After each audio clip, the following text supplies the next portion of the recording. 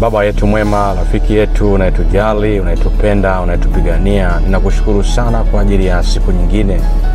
Asante kwa ajili ya maandalizi makubwa uliyotupatia ya utume. Tunapoanza safari ya kuelekea katika vituo mbalimbali vya Injili, tunaomba utuongoze tufike salama kwa jina lako Yesu. Amen.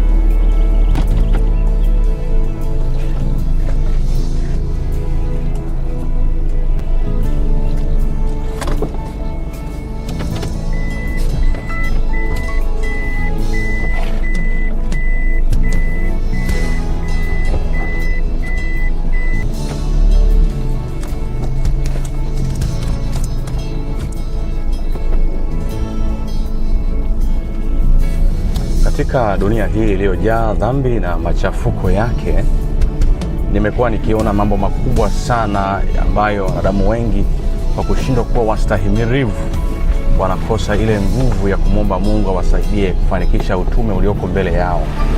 Utume ulioko mbele yetu unahitaji nguvu ya ziada ya maombi.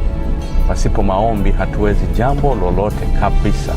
Kwa hiyo tunahitaji nguvu ya Mungu ituongoze kusaidia kufanikisha mambo mabaya na magumu ambayo tunakutana nayo katika maisha. Katika dhoruba, katika changamoto, Mungu wetu awe kiongozi wetu na kusaidia kufanikisha yale ambayo yanaonekana hayawezekani.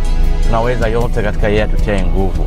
Msaada upatikanao katika tia mateso unapatikana kwa Bwana. Hakuna nguvu nyingine ambayo Mungu ametupatia wanadamu ya kuokolewa kwayo isipokuwa nguvu ya Yesu Kristo.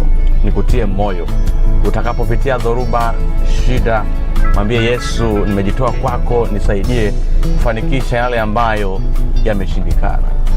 Mungu wetu atusaidie na kutufanikisha katika kazi yake.